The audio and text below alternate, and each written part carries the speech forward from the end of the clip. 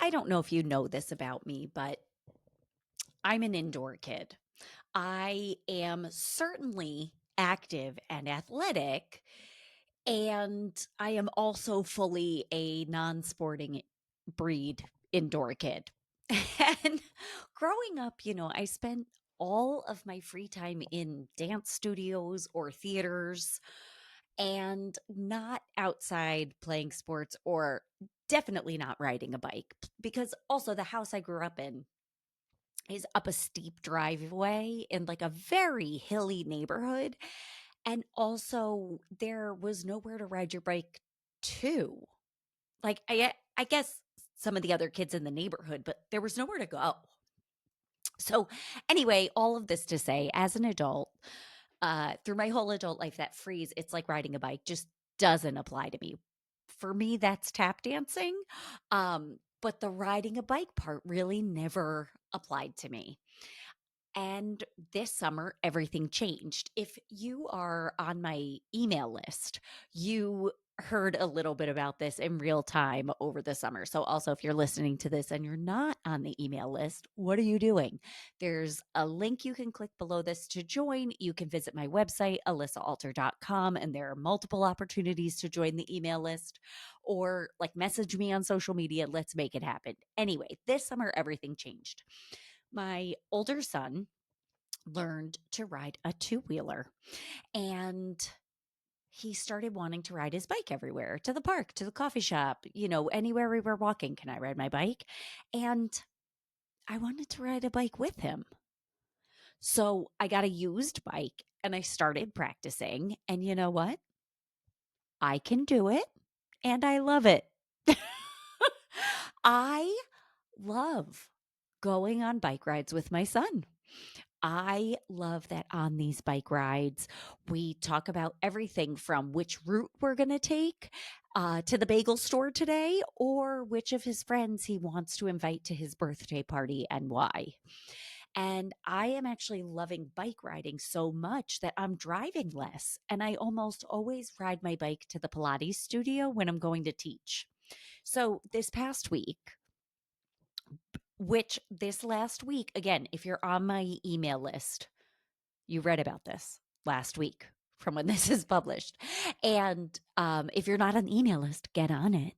But anyway, this past week, I had declared that I was doing nothing extra because my son, who I like to ride bikes with, he started kindergarten and he is adjusting perfectly. And by that, I mean, he really likes his teacher. He loves kindergarten so far.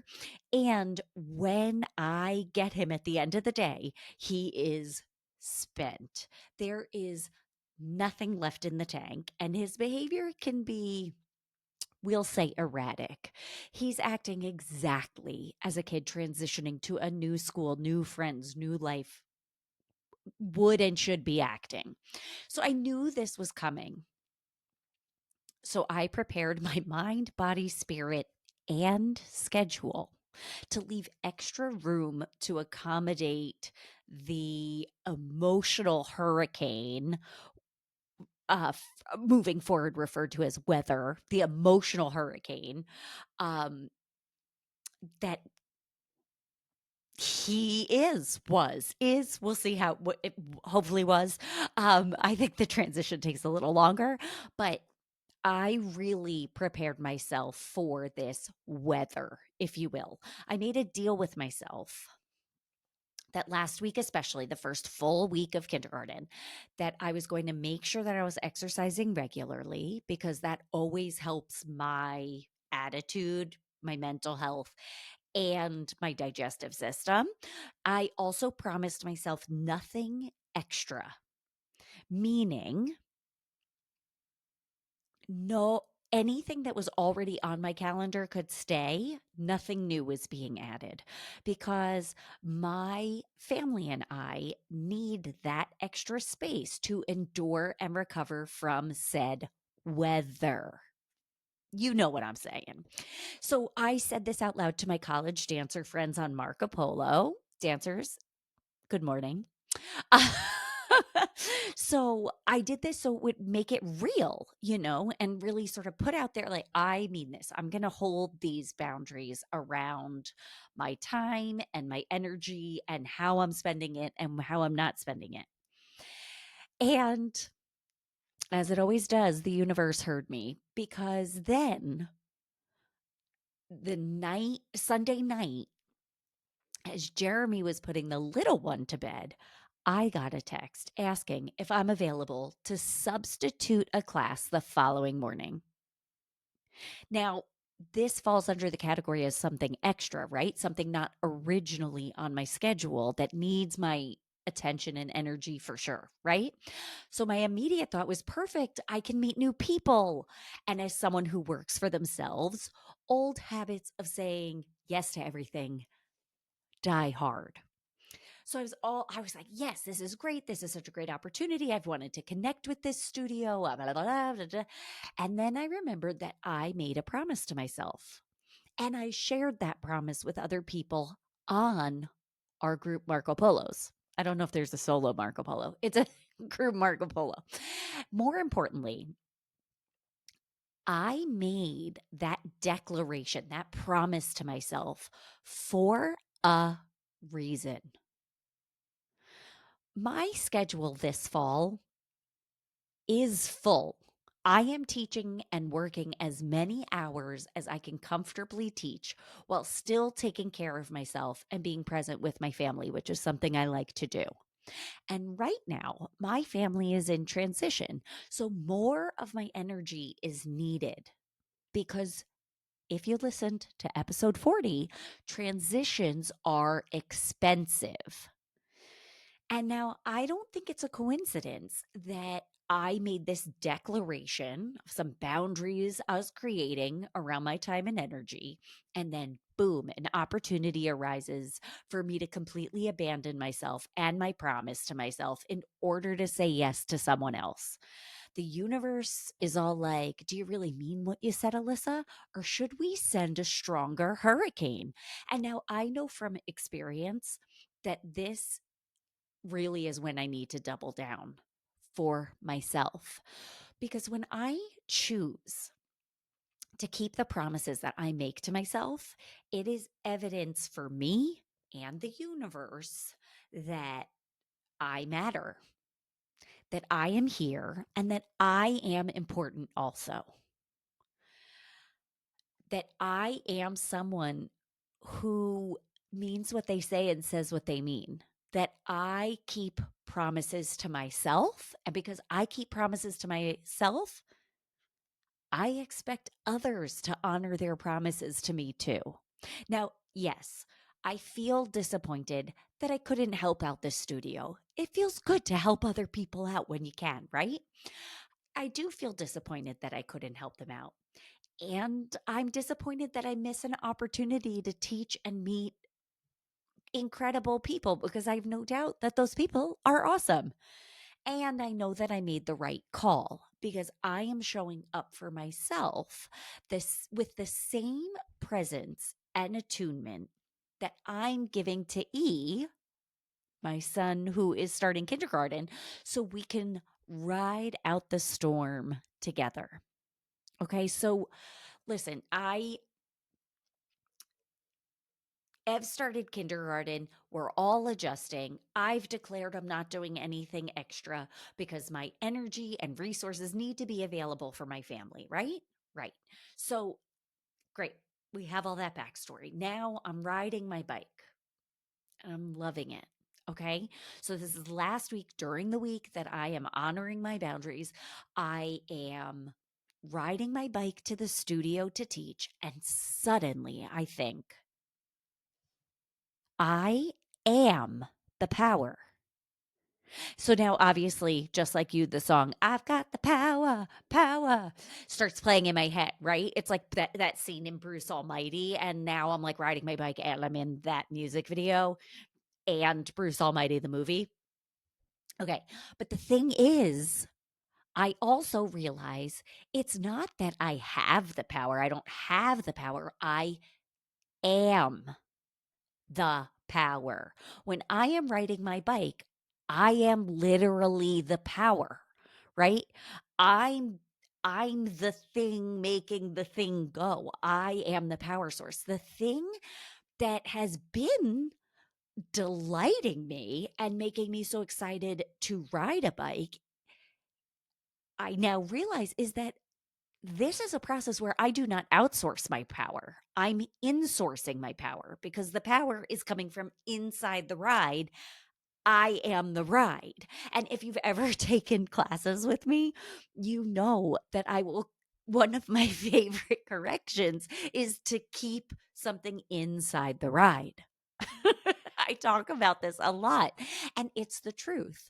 My power, your power, our power is inside of us. It is not outside.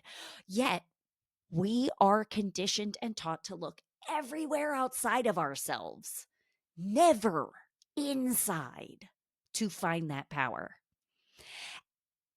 And I think that's because if we're always looking outside, we will never see that the answer was inside of us all the time. Just like Glinda tells Dorothy at the end of Wizard of Oz, which is another refrain I often return to.